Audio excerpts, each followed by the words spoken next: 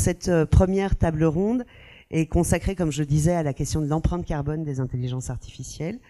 Pas seulement l'empreinte carbone, mais son impact environnemental. Et nous allons nous poser la question de la façon dont ces dispositifs technologiques ont donc un impact sur les politiques extractivistes que connaît la planète depuis déjà pas mal de décennies, mais en l'accélérant.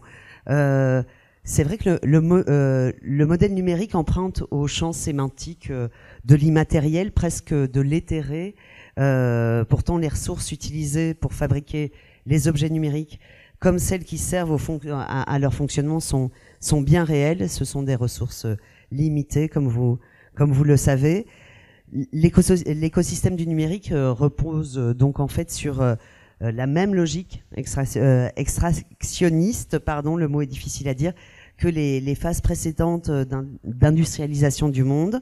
Et donc, nous aimerions en discuter avec vous. Alors, de la personne la plus éloignée de moi à la personne la plus proche, je vous présente Pierre Terrasse, qui est responsable des campagnes corporate à Beyond Fossil Fuels, qui est un réseau européen qui œuvre pour la sortie des fossiles et un système électrique juste et renouvelable.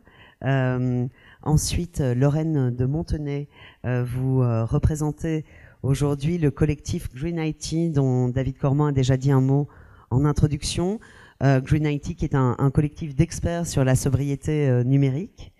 Et ensuite, David Maenda Kitoko, vous êtes cofondateur et président de l'association Génération Lumière. Vous nous direz un mot de votre association pour nous expliquer de quoi il s'agit et quel est votre combat.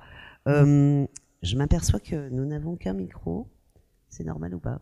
Oui, on va dire que c'est normal. Oui, il y en a un deuxième. Pardon. Il est temps de se préoccuper des détails techniques. Lorraine, je vous donne la parole en premier. Ça marche comme ça? Ça marche super bien, vive la technique, merci beaucoup. Alors voilà, je voulais commencer effectivement par vous donner la parole, Lorraine, pour nous faire un petit point introductif et nous rappeler en quoi l'économie du numérique est construite sur des pratiques extractivistes, comme je le disais. Oui, effectivement, vous l'avez bien mentionné, le numérique n'est pas vraiment virtuel, même si on essaie de nous faire passer ça pour du virtuel. Pour accéder à nos logiciels, à nos applications, en fait, à chaque fois, vous passez par un écran. Vous passez par un objet qui a été fabriqué. Vous passez par un objet qui, du coup, est matériel, en fait. Il existe, il utilise de l'énergie dans sa phase d'utilisation, mais il utilise aussi de l'énergie quand il a été fabriqué, et il utilise aussi beaucoup de minéraux et métaux au moment où il a été fabriqué. Donc en fait, nos équipements au quotidien, que ce soit nos téléphones portables, nos écrans de télévision, nos ordinateurs, tous les équipements qui nous entourent, ces équipements, il a fallu les fabriquer. Donc, ils ont un coût matériel énorme lié à cette fabrication, un coût humain aussi énorme. David pourra vous en parler un peu plus. Et effectivement, ces équipements, en fait, n'existeraient pas si on n'exploitait pas continuellement des minéraux et des métaux. Ils n'existeraient pas si on n'exploitait pas continuellement des énergies fossiles. Donc ça, c'est un point qui est extrêmement important à avoir en tête. Vos équipements, tels que nous les avons tous dans nos mains aujourd'hui ou dans nos poches, ces équipements, en fait, ils n'existeraient pas sans cette politique extractiviste. Et même, quand bien même on arriverait un jour, ce qui n'est pas encore le cas, à recycler tous les composants qui sont à l'intérieur, quelque part, on aurait encore besoin d'extraire des composants. Parce qu'un recyclage à 100%, en fait, pour l'instant, clairement, c'est totalement utopique. Et un recyclage même à 100% de tous nos composants, on aurait quand même besoin de continuer à extraire des minéraux et métaux pour apporter le degré de pureté suffisant pour faire des équipements numériques. Donc ça, c'est extrêmement important à avoir en tête, et il faut se rendre compte aujourd'hui que, donc là je vous ai parlé principalement de nos équipements que nous avons tous dans la main, nous avons aussi tout un tas d'équipements dont le numérique dépend, qui ne sont pas aussi visible que ces équipements que nous avons tous avec nous. Vous avez aussi tous les réseaux, et puis vous avez aussi ce qu'on appelle les data centers, les centres informatiques, qui aujourd'hui dépendent de plus en plus aussi de l'extraction du cuivre, et qui, avec l'expansion de l'IA, sont encore plus dépendants et stimulent l'exploitation de ressources fossiles. Donc ça, c'est vraiment le principe de base qu'il faut avoir en tête. Le numérique aujourd'hui, il est tout sauf virtuel, et il existe exclusivement du fait qu'il y a cette exploitation des ressources et des humains. Oui, merci. Vous mettez l'accent sur la fabrication de tous ces objets numériques, mais vous venez de le dire, dans leur fonctionnement aussi, l'utilisation des ressources est massive, que ça soit des ressources nécessaires à la fabrication des infrastructures qui portent les réseaux et puis à leur fonctionnement au quotidien. Alors justement, Pierre Terrasse, est-ce que avec votre collectif, peut-être avez-vous estimé les besoins en énergie qui sont liés à la généralisation des IA génératives, à leur démocratisation, à leur prise en main par le grand public? Est-ce qu'on sait ce que va nous coûter le développement des IA génératives en termes de ressources fossiles?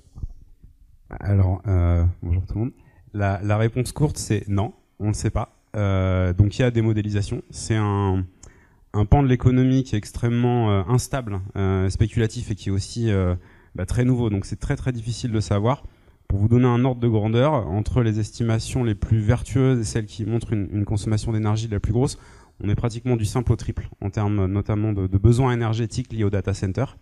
Donc ça, c'est une première grosse inconnue. Ce qu'on sait, c'est qu'aujourd'hui, il y a une très forte demande, notamment aux États-Unis, en Europe. Donc il y a beaucoup de data centers qui se construisent, ça c'est réel. Ce qui va se passer dans 3 ou 5 ans, c'est relativement incertain. Et à 10 ans, c'est vraiment là, on est sur de la loterie. Est-ce que, Pierre, vous pouvez préciser de quelles ressources on parle, en fait, exactement? Des ressources en eau, de la ressource en un besoin de production d'énergie. Est-ce que vous pouvez repréciser ça? Oui, là, je parlais spécifiquement de la production d'énergie, qui aujourd'hui, même du point de vue des industriels de la tech, le goulot d'étranglement principal concernant l'IA. Ça veut dire que il y a assez d'espace, il y a assez de gouvernements qui sont prêts à recevoir beaucoup de data centers ou faire des usines de semi-conducteurs, etc. La question que se pose l'industrie, donc moi je travaille pas dans l'industrie, mais c'est est-ce qu'on va avoir assez d'énergie? C'est vraiment l'enjeu principal. Qui va pouvoir construire des quantités énormes, non prévues, non planifiées, dans les endroits dans lesquels les data centers doivent se construire, ou en tout cas les industries de la tech veulent les construire. Sachant qu'il y a certains endroits dans le monde, je pense à l'Irlande qu'a mentionné Thierry Breton tout à l'heure, qui sont déjà saturés. On est à 20% du réseau électrique irlandais qui est déjà pour les data centers.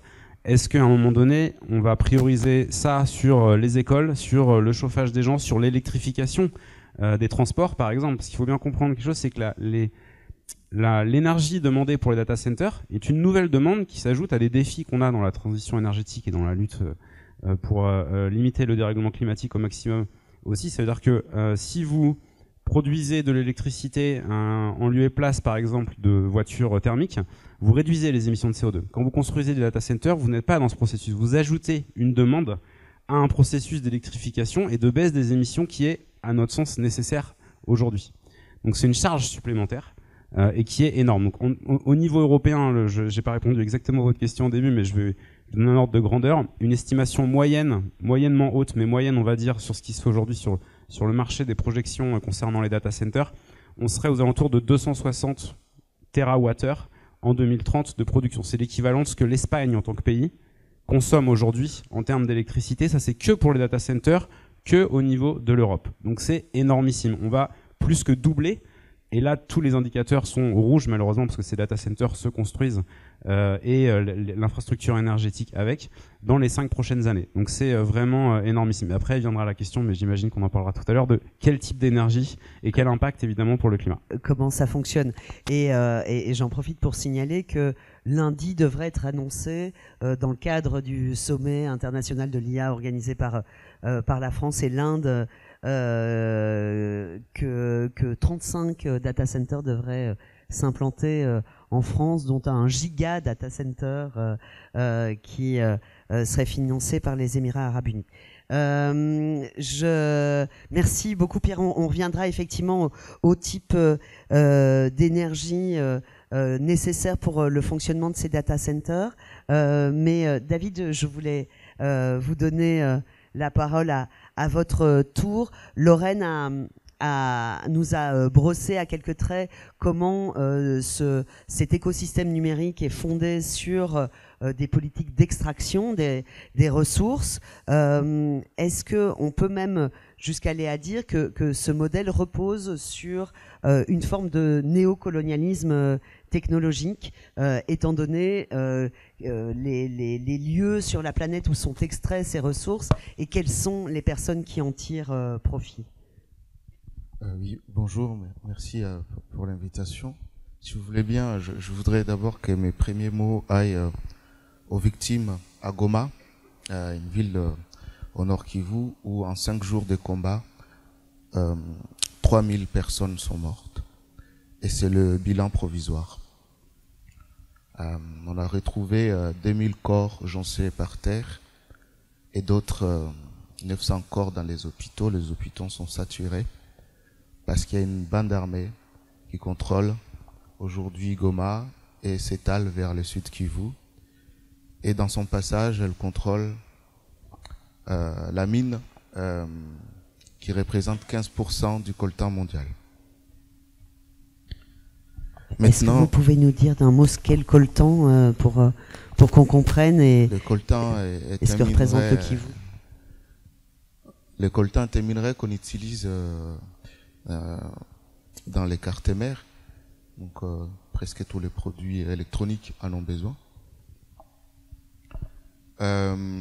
Les sols congolais en possèdent entre 60 et 80% des réserves mondiales.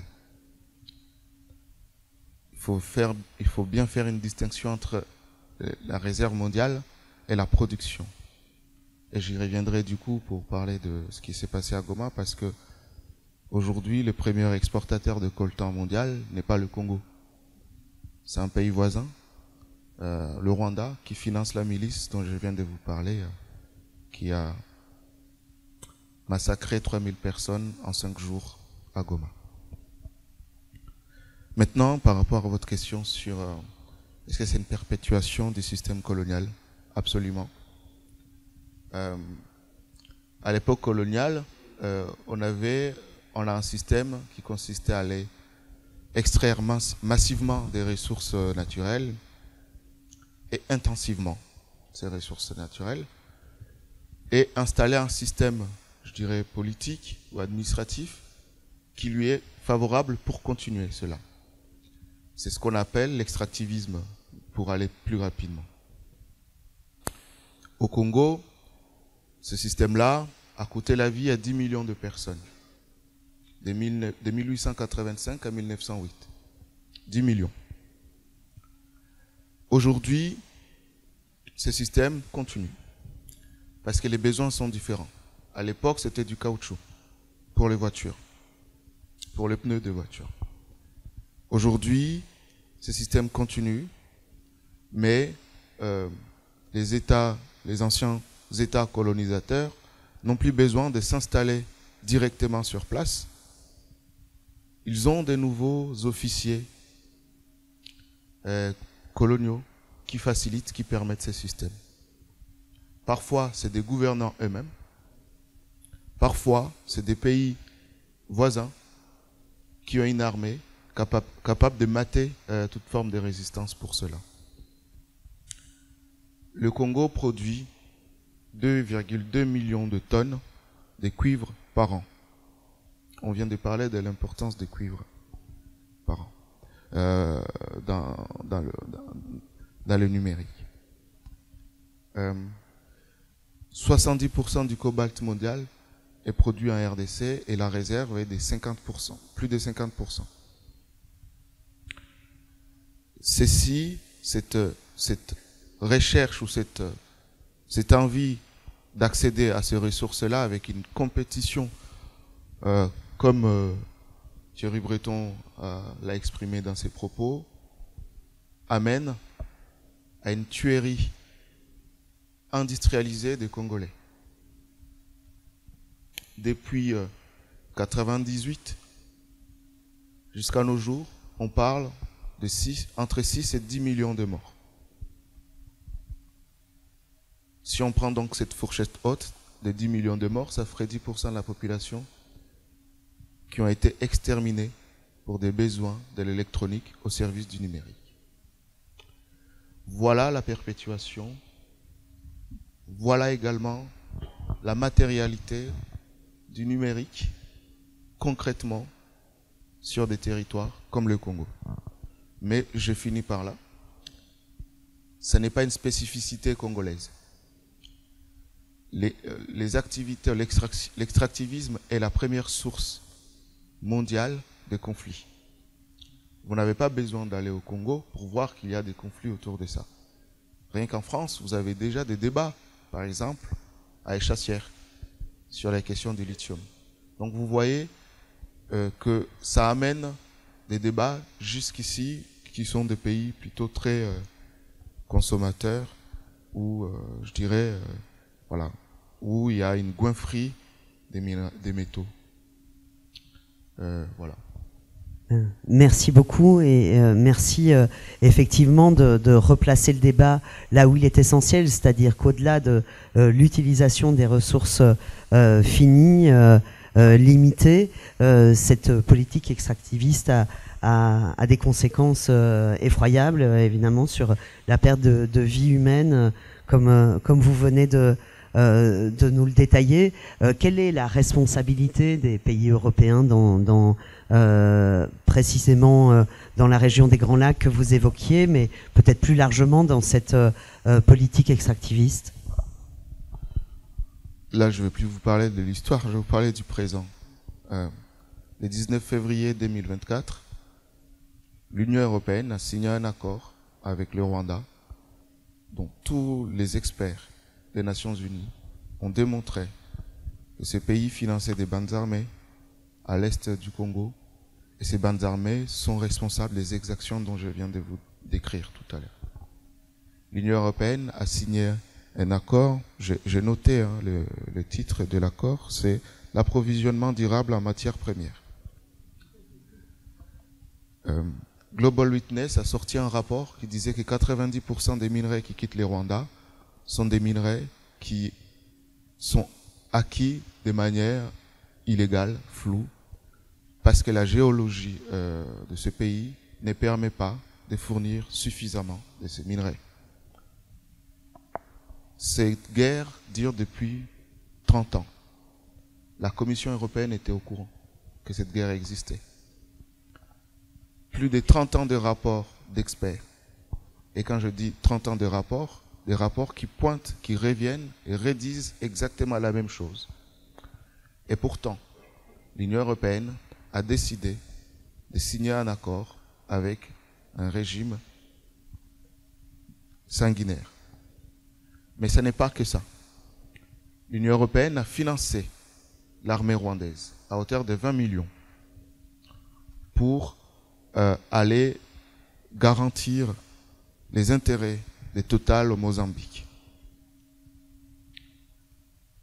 Cet argent qui est censé financer l'armée rwandaise, aujourd'hui, personne ne peut nous dire si les armes, les équipements militaires qui ont été vendus ne sont pas responsables de ces 3000 morts dont je vous ai décrit au début. Personne. L'Union européenne signe des accords aujourd'hui, des accords qui permettent de perpétuer le néocolonialisme dans des espaces en dehors de l'Europe. Voilà la démonstration actuelle de ce qui se passe. Sous une appellation type Green Deal, ce qu'on devrait peut-être rebaptiser de deal rouge, plutôt de ce que vous décrivez. Ça, c'est le mot de Bella Lotto qui aime beaucoup utiliser ce mot-là. Et Red IT, et aujourd'hui, ça fait tout son sens. Absolument. Merci beaucoup David. On va revenir sur la politique de l'Union européenne. Est-ce que Lorraine, justement David évoquait la situation française et notamment les conflits d'usage du territoire qui pouvaient naître également en France sur cette recherche de ressources minières. Est-ce que vous pouvez nous faire un petit point de situation de la réalité, des réalités de l'industrie minière en France? Oui. Peut-être d'abord, pour repartir aussi de la question du néocolonialisme et du colonialisme tout court, peut-on considérer que c'est un territoire français? En Nouvelle-Calédonie, il y a du nickel. La Nouvelle-Calédonie est un territoire administré par la France qui, selon l'ONU, n'a pas terminé son processus de décolonisation. Déjà, petit point d'étape.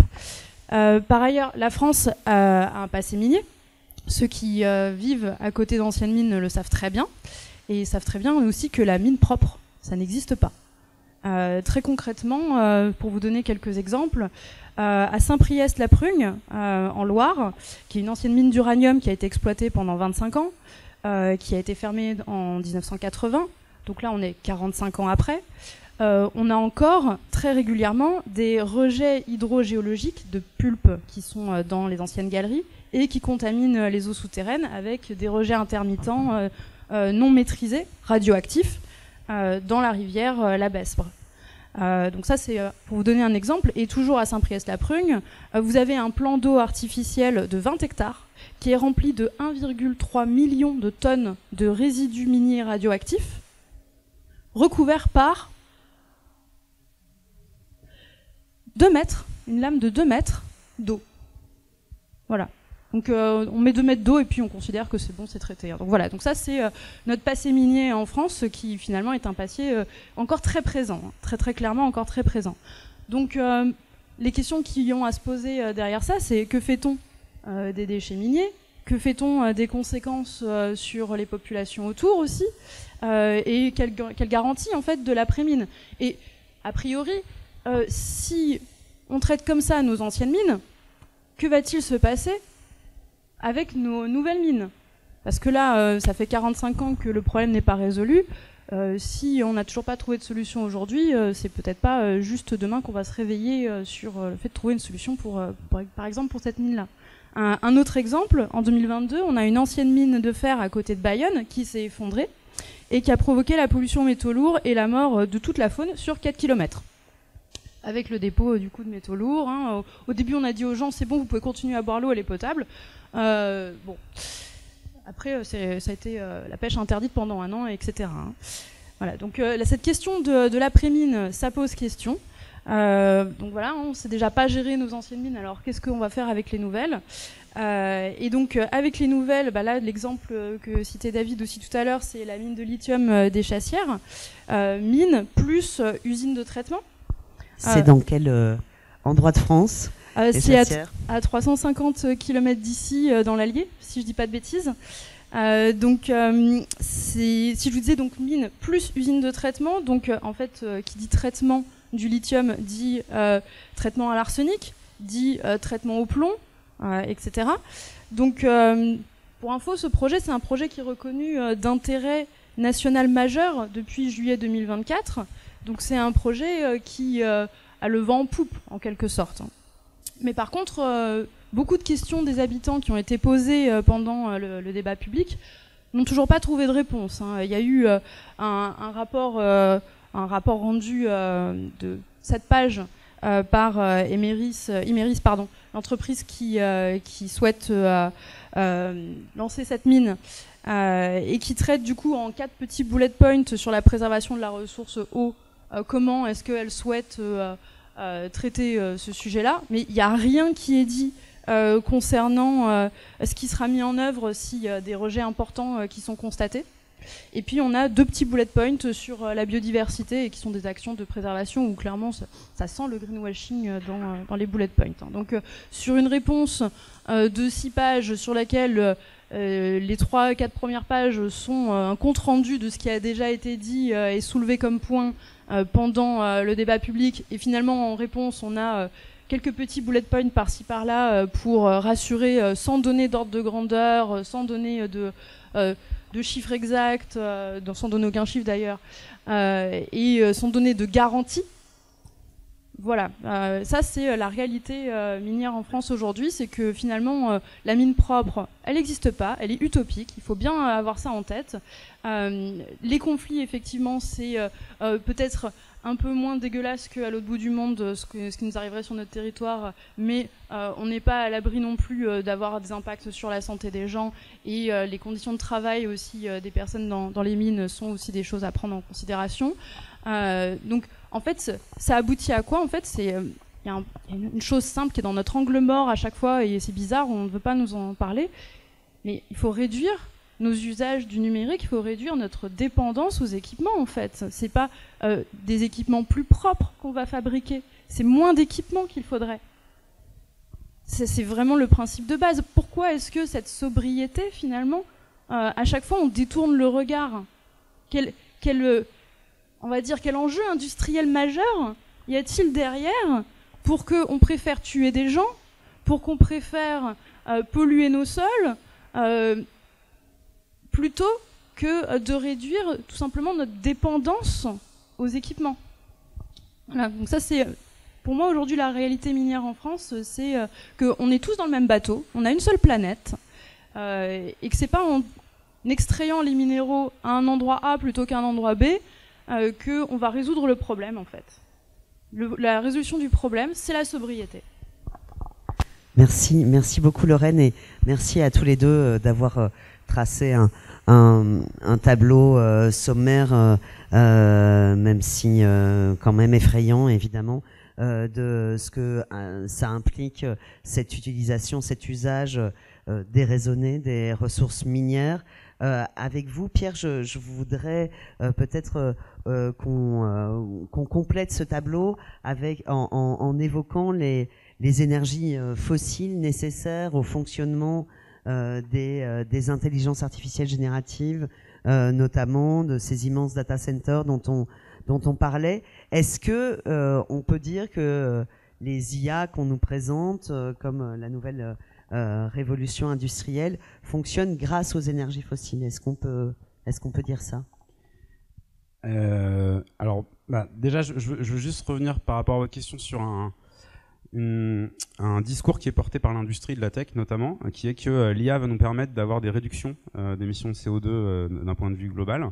Je vous donne une petite anecdote. On était à une conférence organisée par l'Agence internationale de l'énergie, qui est basée ici à Paris, dans laquelle il y avait les géants de la tech et aussi des grosses boîtes de l'énergie, dont EDF, Total, etc.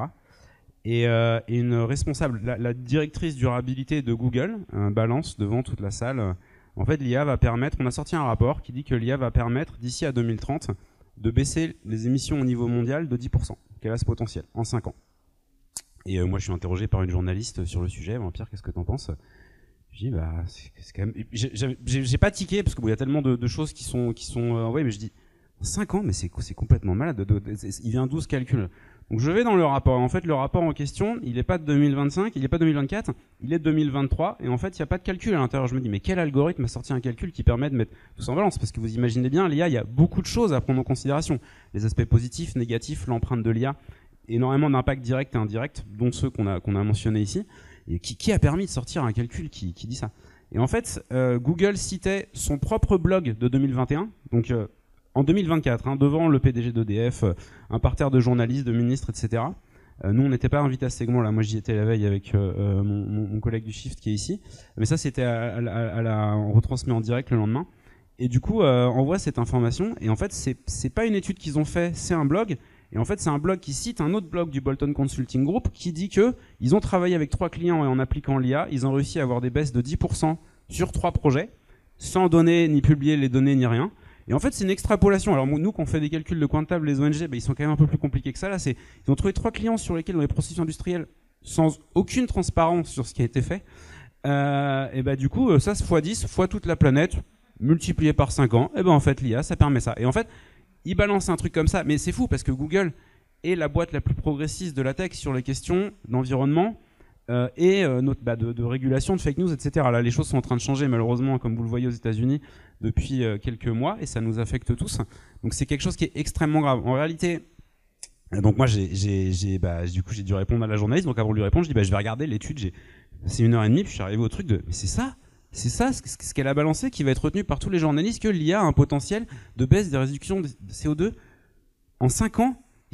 C'est complètement fou, en fait. Parce que si on veut prendre en considération, donc j'ai un peu depuis réfléchi à la question, même si nous, c'est l'énergie, notre sujet principal, et il y a énormément d'autres sujets qui ont trait à l'IA, il faudrait prendre, en gros, l'IA dans les choses potentiellement positives. Donc là, ce qui est mentionné, efficacité énergétique dans certains types de projets, peut-être qu'on va mieux positionner des panneaux solaires. Là, on parle beaucoup de potentiel, il y a assez peu de choses qui sont réellement modélisées. L'IA pour les utilisations qui sont clairement négatives en termes de climat. On a entendu les pétroliers nous dire, super, on a des drones autonomes, maintenant ils vont faire de l'exploration tout seuls, on va choper plus de pétrole, on va le choper plus vite. Donc là, on peut pas dire qu'on soit vraiment dans l'IA qui va nous aider à réduire nos émissions de gaz à effet de serre. Après, il y a l'impact de l'IA en tant que tel. Donc toute l'extraction minière dont on a parlé ici, elle nécessite aussi de l'énergie, fossile ou pas, mais de l'énergie. Il y a les semi-conducteurs, les chips, donc ce qui est utilisé, je sais pas comment on dit en français, mais les puces, voilà, qui sont extrêmement importantes aussi. Il y a tous les data centers. Donc ça, c'est l'impact direct de l'IA. Et là, il n'y a que du négatif. Parce qu'évidemment, c'est une demande qui se rajoute. Donc il n'y a absolument rien. Donc, personne n'a fait la soustraction des deux choses que je viens de mentionner. Et après, il y a tout l'impact de l'IA sur les discours autour du climat. Et on l'a vu dans le cadre de l'élection américaine. Et il y a une association, je ne sais pas s'il y a des membres ici qui sont présents, elle s'appelle Data for Good. Je crois qu'ils ont commencé à travailler là-dessus. Coucou. Donc vous pourrez peut-être en dire un mot après. Donc moi, je ne suis pas expert, mais de ce que je comprends, c'est que l'IA, dans le cadre des discussions à ce qui a trait à la vérité, l'expertise, etc., a le potentiel d'évidemment favoriser la vérité, mais aussi le potentiel de favoriser des fake news et de développer plus la diffusion d'idées climato-sceptiques, etc. Et a priori, c'est plutôt le cas, dans le sens où c'est pas quelque chose qui va amener les débats. Donc c'est pas un générateur de fake news en tant que tel, parce qu'évidemment il y a toujours un être humain derrière. En revanche, c'est quelque chose qui va pas favoriser ça. Donc si ça contribue, et a priori c'est le cas, mais peut-être que la personne qui ici pourra en parler plus, à développer plus les idées climato-sceptiques, etc., ça fait pas non plus avancer la cause du climat. Et ça, c'est les nombreux effets indirects de l'IA. Donc la résultante globale de toute cette équation, quelle est-elle? Je ne sais pas. Je pense qu'on n'a pas de supercalculateur qui permet de le mesurer. En tout cas, les effets positifs, c'est qu'une toute petite partie de cet iceberg, et c'est celle que l'industrie veut tout le temps nous montrer, parce que évidemment, oui, il y a des applications qui peuvent être utiles de l'IA. On arrive à mieux modéliser, par exemple, des méga tempêtes. On l'a vu là aux États-Unis récemment, avec des calculs, et c'est pareil pour la science, je ne suis pas expert sur le sujet, mais la santé, etc. Mais en fait, on ne peut pas extrapoler de par des micros qui peuvent être importants d'un point de vue individuel par ailleurs, et sectoriel, une équation générale qui dirait que l'IA est durable pour la planète. Moi, ce qui me demandait, je pense qu'aujourd'hui, c'est plutôt un accélérateur de crise, et ce qui est clair, c'est qu'il y a de l'extraction fossile qui est perpétrée par l'IA de par son utilisation directe et indirecte. Merci beaucoup Pierre. David, je voulais revenir avec vous sur un point que vous évoquiez déjà, qui est cet accord signé entre l'Union européenne et le Rwanda pour l'approvisionnement de minerais.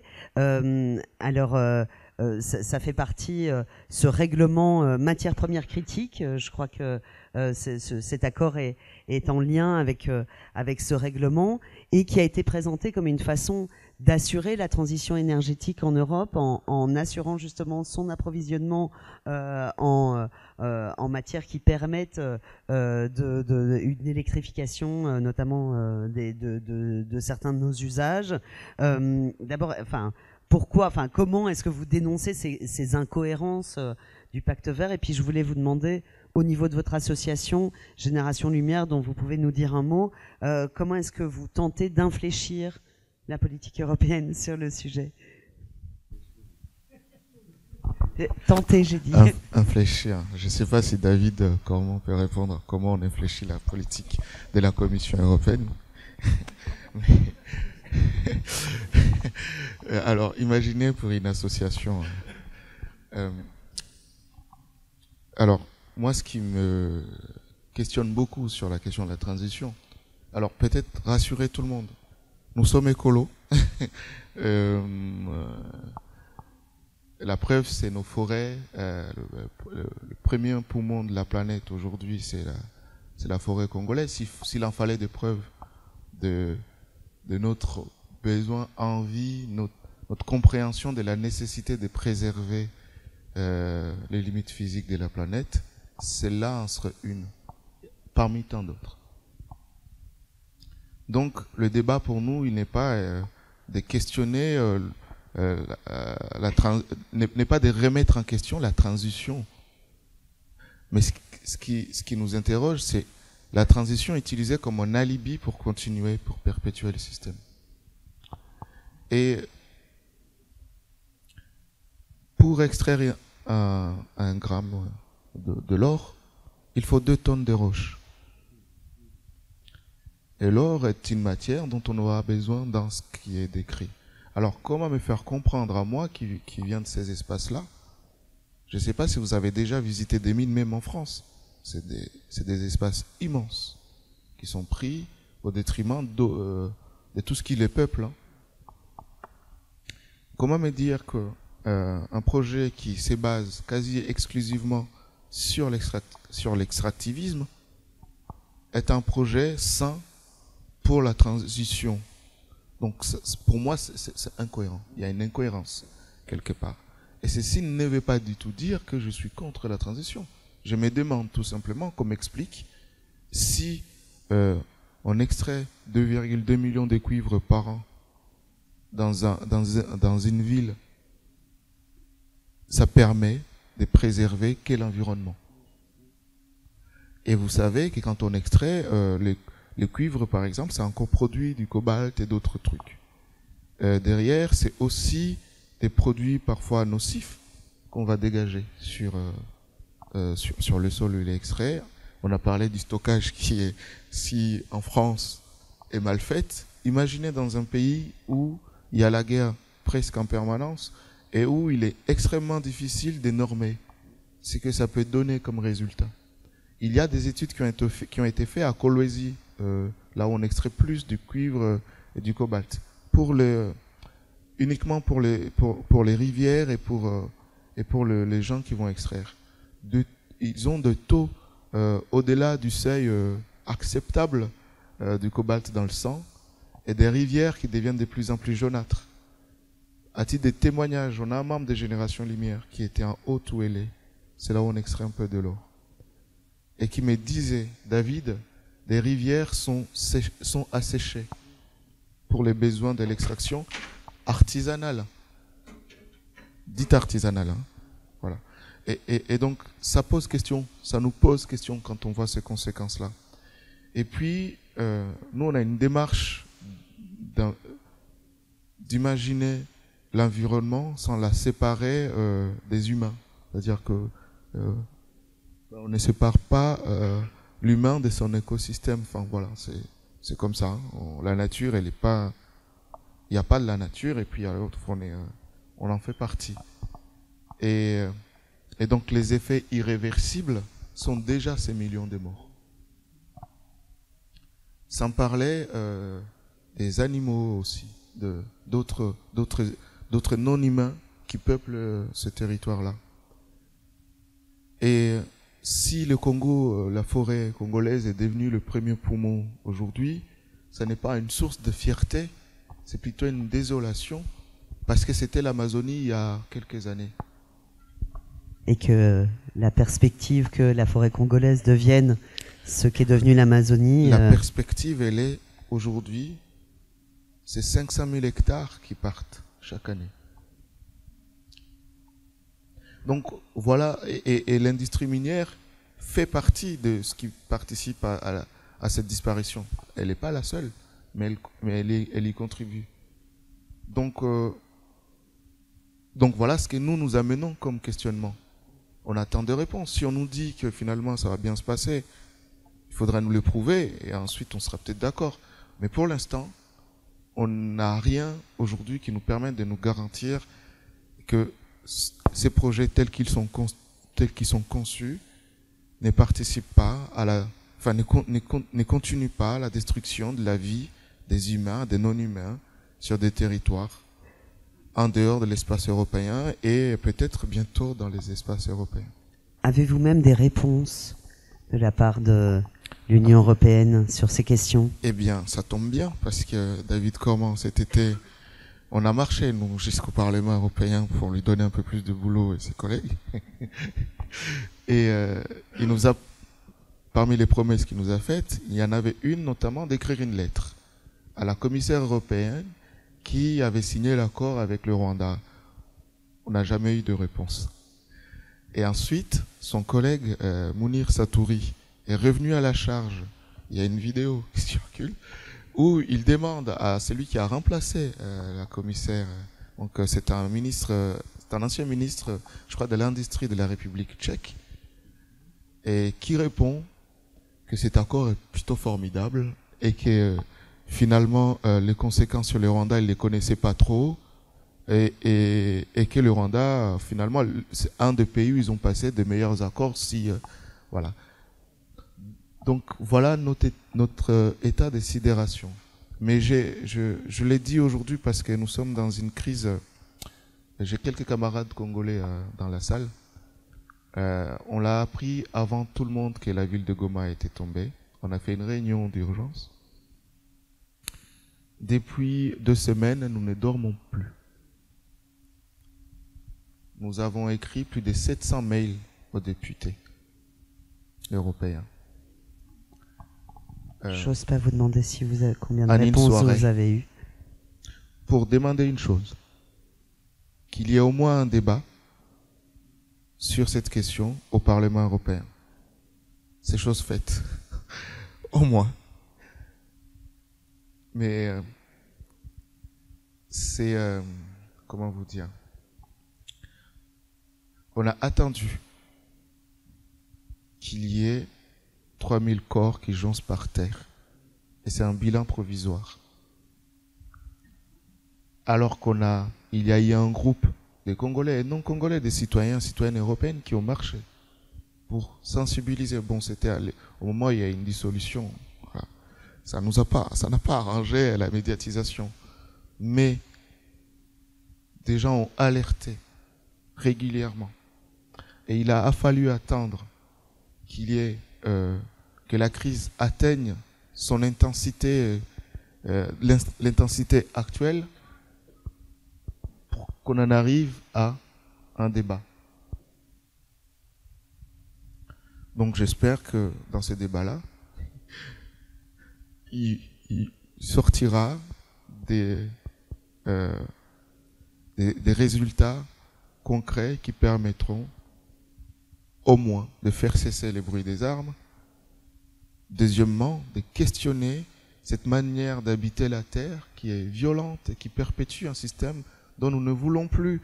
Et comme je suis congolais vivant en Europe, je sais qu'il y a beaucoup de gens qui ne sont pas satisfaits de cela. Enfin, je crois qu'ici, il n'y a aucune personne qui a une gourde connectée.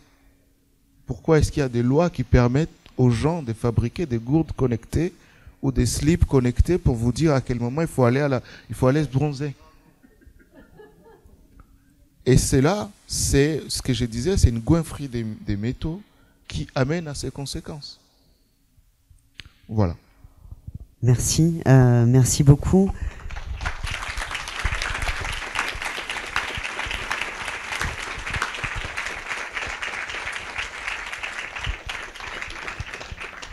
Vous connaissez la date de ce débat? Elle a déjà été fixée?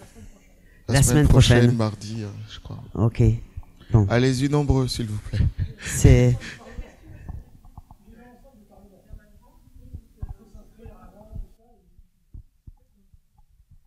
Donc, je répète, il faut s'inscrire, il est public, donc on peut y assister après s'être inscrit.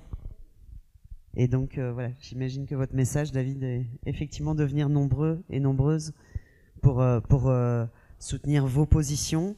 C'est difficile de repasser à un sujet qui est toujours le même, évidemment, mais qui est celui... Enfin, ce que vous disiez drôlement, ou je ne sais pas si on peut dire drôlement, mais enfin, c'est tellement ridicule que c'en est drôle, ces histoires de slip connectés. Mais du coup, est-ce que, en dépit de ces exemples très frappants dont vous parliez, David, est-ce qu'on peut croire à des IA sobres, c'est une question que je voulais vous poser, Lorraine. Voilà, Pierre a un peu déjà aussi apporté sa pierre à ce débat, mais est-ce qu'il est naïf de croire à ces IA sobres, et je me permettrai de rappeler ce qu'on a appris il y a quelques jours désormais, que le modèle de générateur de texte proposé par DeepSeek, cette entreprise chinoise, elle a été présentée comme parvenant à des résultats meilleurs, enfin équivalents, voire meilleurs que d'autres dispositifs équivalents, mais avec des besoins énergétiques beaucoup moins importants. C'est comme ça en tous les cas que l'entreprise a communiqué sur le sujet. Est-ce que ce modèle proposé par DeepSeek remet un peu en question cette immensité de besoins énergétiques que Pierre essayait de nous tracer? Qu'est-ce qu'on peut croire en fait?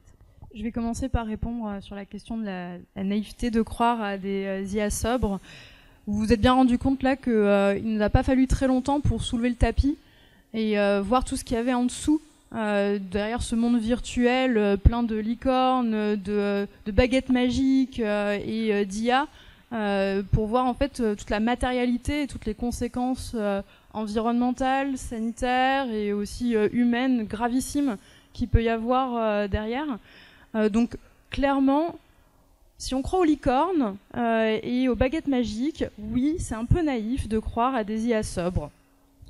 Et après, je me questionne aussi sur ce qu'on entend par sobre. Parce qu'on nous vend un peu du sobre parfois sans qu'on sache vraiment... Est-ce qu'en fait, on parle de plus sobre que l'IA précédente? Donc là, effectivement, oui, c'est facile de faire une IA plus sobre que celle qui existe à l'heure actuelle. DeepSeek l'a montré quelque part, même s'il n'y en a pas encore toutes les explications de comment on y arrive. Mais il ne faut pas oublier, en fait, là, on vient de sortir une étude là, avec l'association Green IT. On vient de sortir une étude le 4 février dernier sur les impacts environnementaux du numérique dans le monde. Et pour la première fois, on a quantifié quels étaient les impacts environnementaux des serveurs IA. Juste les serveurs qui sont configurés pour faire les calculs d'IA. Juste ça. Donc c'est sans compter l'accroissement des besoins de climatisation derrière pour les data centers. C'est sans compter tous les équipements avec IA embarqué qu'on va nous vendre par-dessus en termes marketing. C'est sans compter l'augmentation des usages qu'il va y avoir derrière, etc. Donc juste sur les serveurs IA, avec des données 2023, on a déjà 4% des impacts environnementaux du numérique qui sont liés juste à ces serveurs, juste ces serveurs. Et 4%, ça peut paraître pas beaucoup, mais en fait, c'est déjà plus que tous les ordinateurs portables dans le monde. Pour vous donner un ordre de comparaison. Et il y a quelques années, il n'existait pas. Et il y a quelques années, il n'existait pas. Et quand je vous parle de tous les ordinateurs portables dans le monde, c'est tous les ordinateurs portables actifs. Et pour vous donner un exemple de ce à quoi ça correspond en termes d'épuisement des ressources fossiles, puisqu'on parlait aussi d'épuisement des ressources fossiles, c'est l'équivalent de 160 millions de barils de pétrole par an. Voilà, c'est pas neutre. Donc, on pourrait sans doute faire un peu plus sobre que ça, mais un peu plus sobre de combien de pourcents? Parce qu'effectivement, voilà, si Google nous dit moins 10%, voilà. Pour rappel, pour rester en dessous de 1,5 degré de réchauffement climatique, c'est pas moins 10% qu'on doit faire, hein, c'est un peu plus quand même. Pour vous donner un exemple, là aussi, du coup, dans ce qu'on a calculé sur ces impacts environnementaux du numérique au niveau mondial, on se rend compte que maintenant, il faudrait diviser par 12 notre empreinte du numérique si on décidait de garder les mêmes proportions d'impact pour toutes nos activités et qu'on voulait rester dans notre budget pour rester en dessous de 1,5 degré de réchauffement climatique. Divisé par 12. Divisé par 12, c'est pas un 10% de discount sur le greenwashing. C'est pas la même chose. Donc clairement, là, on n'est pas du tout en phase sur faire de l'IA sobre. Personne n'arrive à nous promettre qu'avec de l'IA sobre, entre guillemets, on arriverait à faire diviser par 12 notre utilisation du numérique. C'est pas du tout le chemin que l'IA est en train de dessiner. Clairement, c'est pas du tout le chemin. Donc ensuite, Pour répondre à votre question par rapport au modèle DeepSeek, en termes des besoins énergétiques, alors déjà très clairement, on ne sait pas exactement tout, il n'y a pas une transparence absolue pour aucun modèle d'IA, là il n'y a pas de... Il n'y a pas de scoop, pour aucun modèle d'IA, on a une transparence absolue sur les consommations énergétiques complètes, sur les coûts environnementaux liés à l'entraînement. Il y a encore beaucoup de flou sur l'entraînement. Et puis ensuite, la proportion de l'impact lié à ce qu'on appelle une inférence. Donc quand vous faites un prompt pour faire une commande à l'IA et que derrière, elle vous génère une réponse. Donc là, quand elle va réfléchir pour donner sa réponse, c'est son inférence. Donc tout ça, il y a encore pas mal de flou et donc les ordres de grandeur qu'on a sont encore très très macro. On voit déjà quand même un certain nombre de différences apparaître selon si vous faites ce qu'on appelle un large language model ou un modèle qui est spécifique pour des tâches en particulier, vous n'allez pas du tout avoir les mêmes ordres de grandeur d'impact. Un large language model, ça va avoir beaucoup plus d'impact qu'un modèle qui est spécifiquement attribué à des tâches.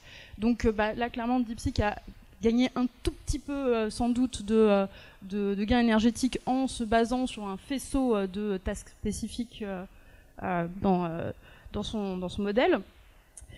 Mais clairement, on n'est pas sur, on n'est pas non plus dans quelque chose qui va pouvoir changer radicalement le secteur d'activité. Très clairement, en tout cas pas dans les proportions que je vous donnais sur les besoins qu'on a de réduire notre impact environnemental. Et je pense pas non plus que ça aura un effet fort sur les autres acteurs parce qu'il y a pas mal de projets d'infrastructures qui sont déjà lancés. Donc, on parlait tout à l'heure aussi, Pierre, sur la quantité d'énergie qui est nécessaire pour les projets actuels. Il y a pas mal de projets d'infrastructures de grands data centers très consommateurs qui sont déjà en cours. En fait, si on fait des modèles qui sont moins consommateurs, vous allez avoir un effet rebond. C'est-à-dire, puisqu'on a déjà l'infrastructure, en fait, on va consommer nos capacités. On va juste en faire plus, en fait. Voilà. Donc ça, c'est le gros risque qu'on voit à l'heure actuelle. C'est que, ok, peut-être qu'on pourra avoir des modèles qui seraient un peu plus sobres à l'unité de l'inférence, mais en termes de proportion sur les infrastructures, moi j'ai une grosse crainte que ça favorise les effets rebonds, là aussi. Peut-être la seule leçon qu'on pourrait peut-être retenir de cette expérience DeepSeek au niveau européen, je pense que je lance ça un peu comme une piste et un peu en rebond aussi à ce que Thierry Breton disait tout à l'heure quand il disait mettre des lignes directrices, ce n'est pas mal pour faire de l'innovation. On remarque que en fait, DeepSeek, c'est aussi le fruit d'une contrainte énorme. C'est le fruit d'une contrainte sur les importations des puces américaines. Et en fait, cette contrainte, en fait, ils s'en sont accommodés, ils ont fait quelque chose avec. Bon, alors ils l'ont fait avec des moyens où on a encore un peu de flou. Je pense qu'il y a pas mal de travailleurs du clic invisibilisés derrière tout ça. Mais bon, on en a aussi sur les modèles américains. Donc voilà, battle. Mais donc du coup, attention, je pense que cette contrainte, il ne faut pas la brandir comme quelque chose qui serait un tue innovation. Je pense qu'au contraire, c'est plutôt un levier. Nous, en tout cas, on l'utilise beaucoup quand on parle de créativité. Si vous parlez à des gens qui travaillent dans le marketing ou qui travaillent dans des métiers très créatifs, ils vous parleront de contraintes comme étant justement quelque chose de stimulant pour l'innovation et pour la créativité. Donc utilisons ce côté stimulant justement peut-être pour se distinguer et pour faire quelque chose où là voilà, on voit très concrètement qu'on pourrait essayer d'avoir un chemin vers de la sobriété aussi sur des équipements en ayant moins d'équipements.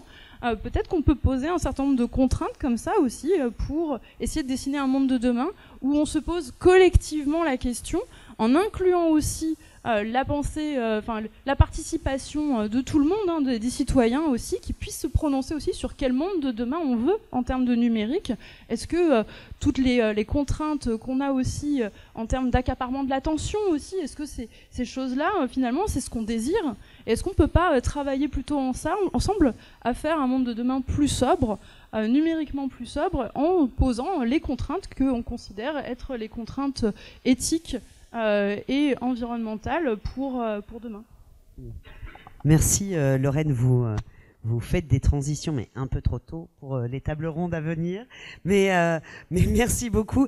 Mais justement sur ces contraintes, les garde-fous peut-être, Pierre, est-ce qu'on peut imaginer des garde-fous pour éviter cet effet rebond qu'évoquait Lorraine, et éviter que ce boom de l'IA vienne finalement complètement saboter nos objectifs énergétiques et climatiques que nous avons déjà bien de peine à tenter d'atteindre?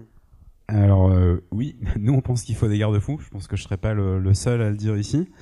En fait, il y a deux problématiques. Il y a l'industrie numérique existante qui a déjà un impact énorme, et la nouvelle là, les 5 prochaines années avec l'incertitude et la demande, mais notamment énergétique, d'extraction, etc., sur laquelle il y a beaucoup d'inconnus. Donc nous, la première demande qu'on a, qui va permettre à notre avis déjà d'avoir un débat un peu plus rationnel sur le sujet, c'est la transparence.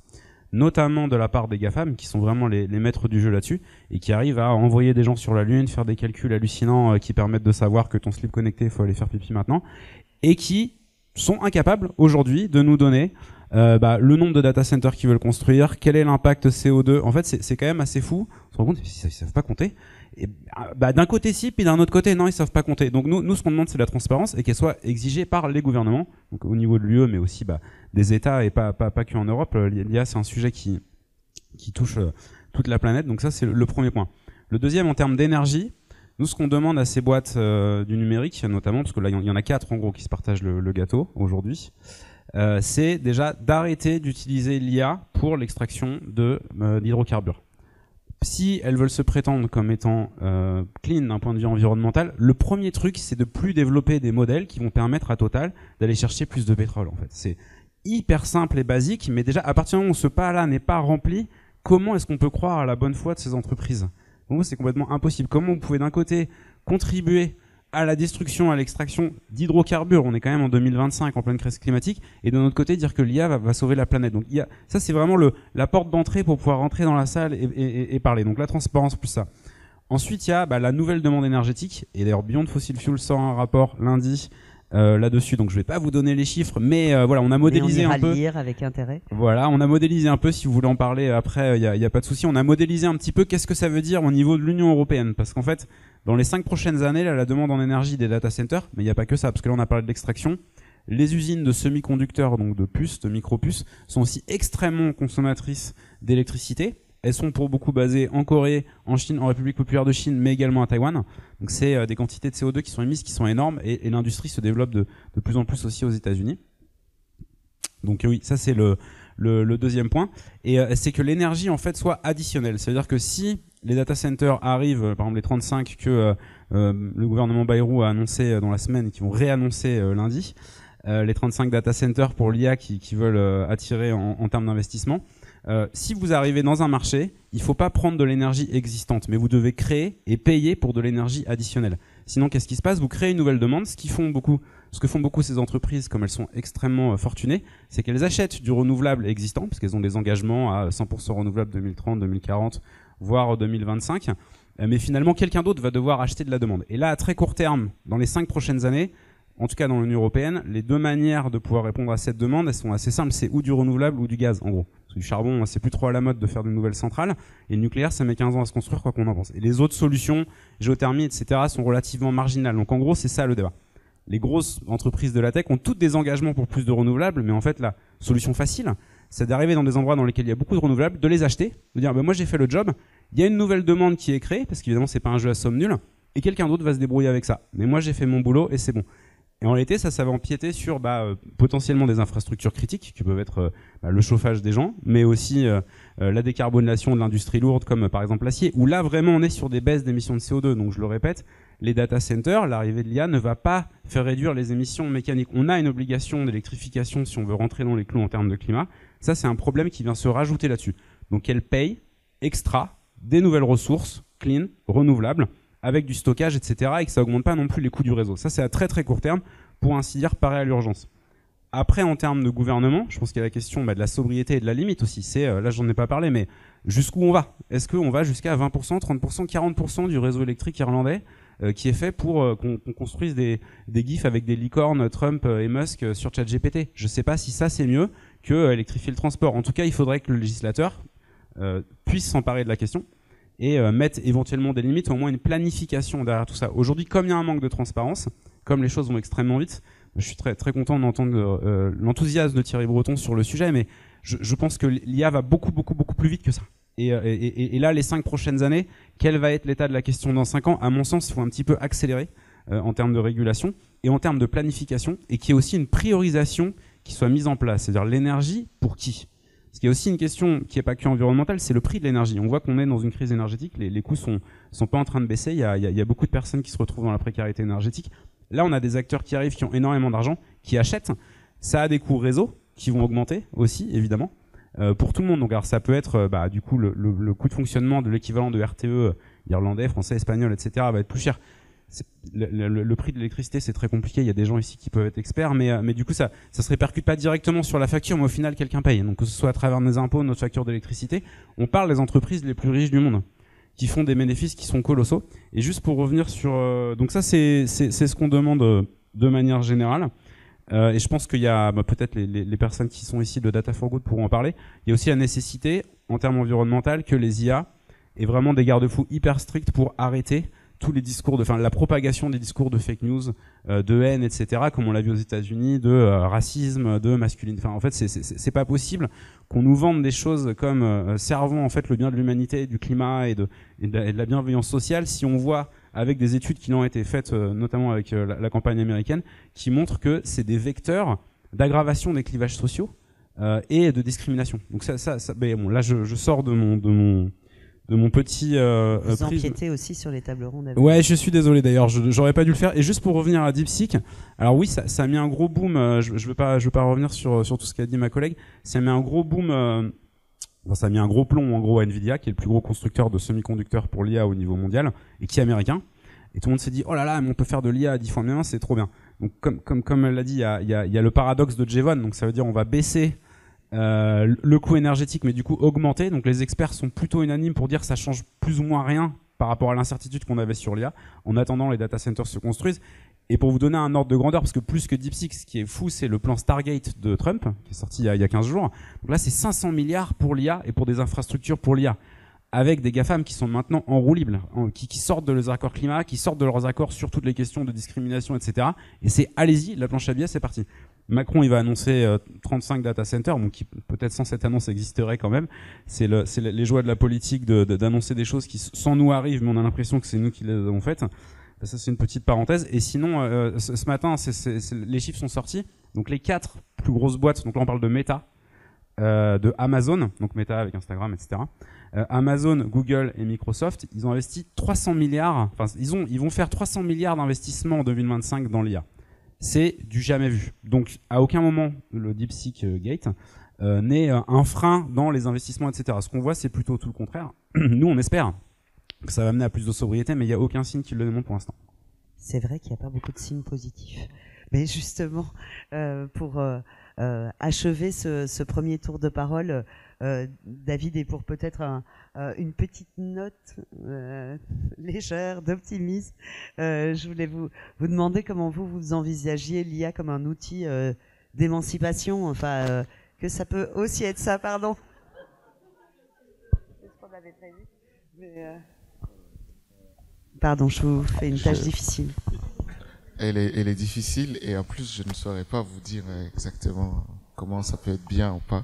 Mais par contre, je propose un cheminement qui est celui-ci, un raisonnement qui est celui-ci, c'est que la technologie toute seule est aveugle et donc il faut un peu plus de l'éthique là-dedans. Et voilà, c'est tout ce que je peux répondre à cette question. Bon, ça me paraît pas mal comme ligne directrice. Merci beaucoup. Nous avons 6 minutes pour les questions avec la salle.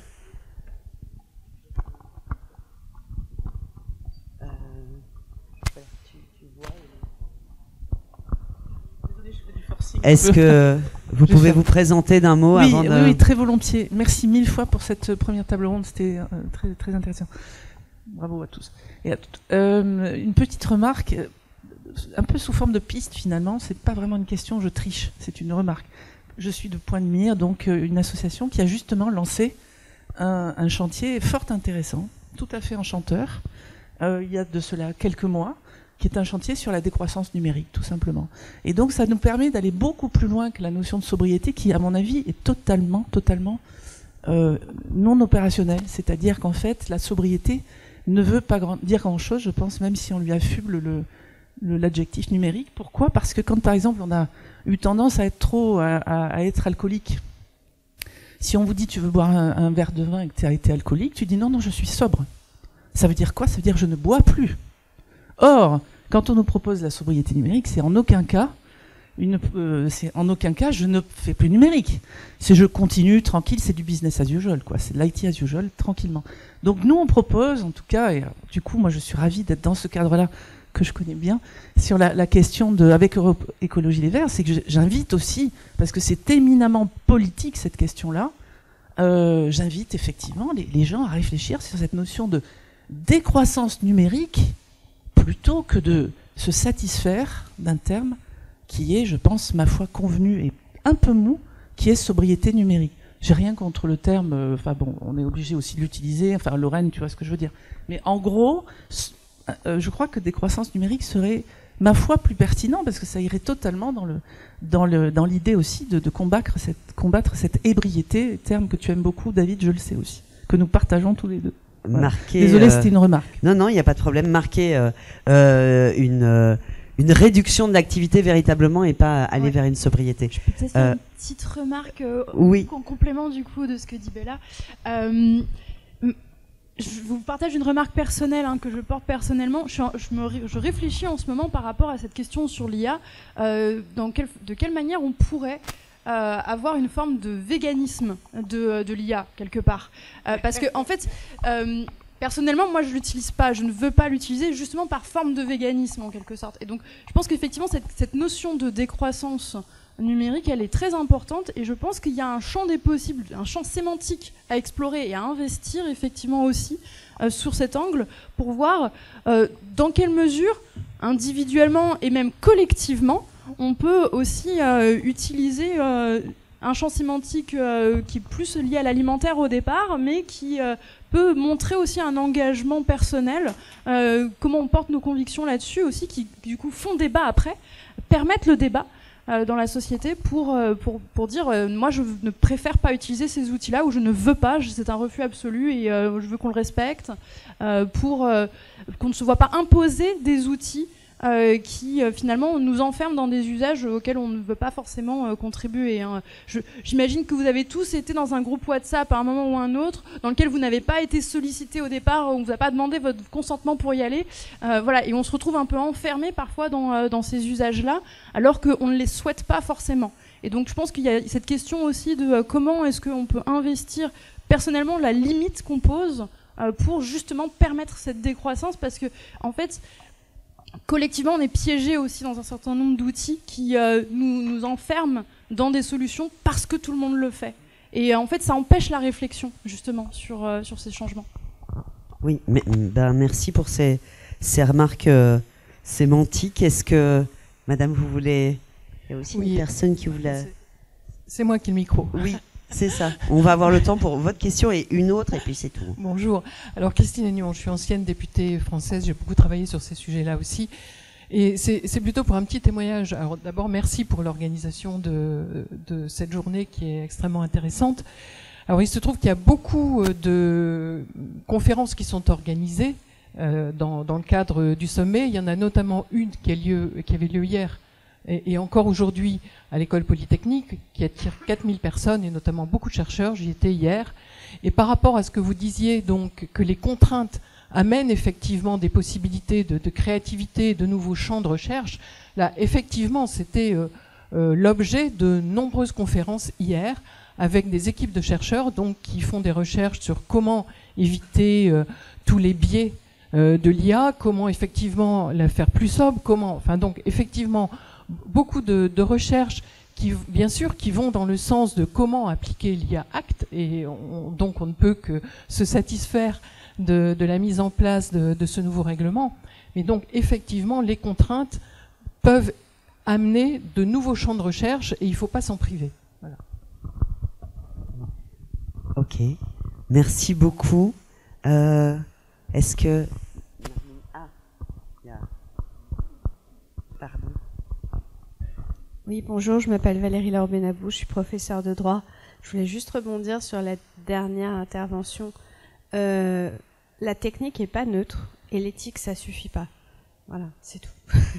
Ça fait 30 ans que je fais le droit des nouvelles technologies, 30 ans qu'on nous bassine avec l'éthique.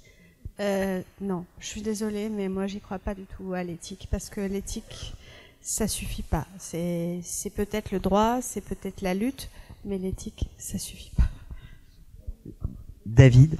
Vous avez vu comment j'avais du mal à répondre à la question. C'était ma faute. C'était juste une invitation à mettre un peu plus d'éthique. Et c'était un truc assez banal de dire que le couteau, enfin, vous connaissez l'exemple du couteau, vous pouvez l'utiliser pour tuer, mais c'est banal. Je suis d'accord, c'est éminemment complexe cette question. Maintenant, quand on me demande de dire quels sont les effets positifs de l'IA, vous imaginez bien qu'après toute cette démonstration de malheur, je puisse avoir du mal, mais quand même, j'invite à... Oui, j'assume le côté de... Oui, mais quel autre terme on pourrait mettre à la place de l'éthique, mais en tout cas qui amènerait vers un monde où on prend en compte ce qu'on vient de dire avant. Voilà, c'est plus ça. Un monde où les deux seules lignes directrices ne seraient pas le cynisme et la cupidité, quoi. Elle a trouvé les mots.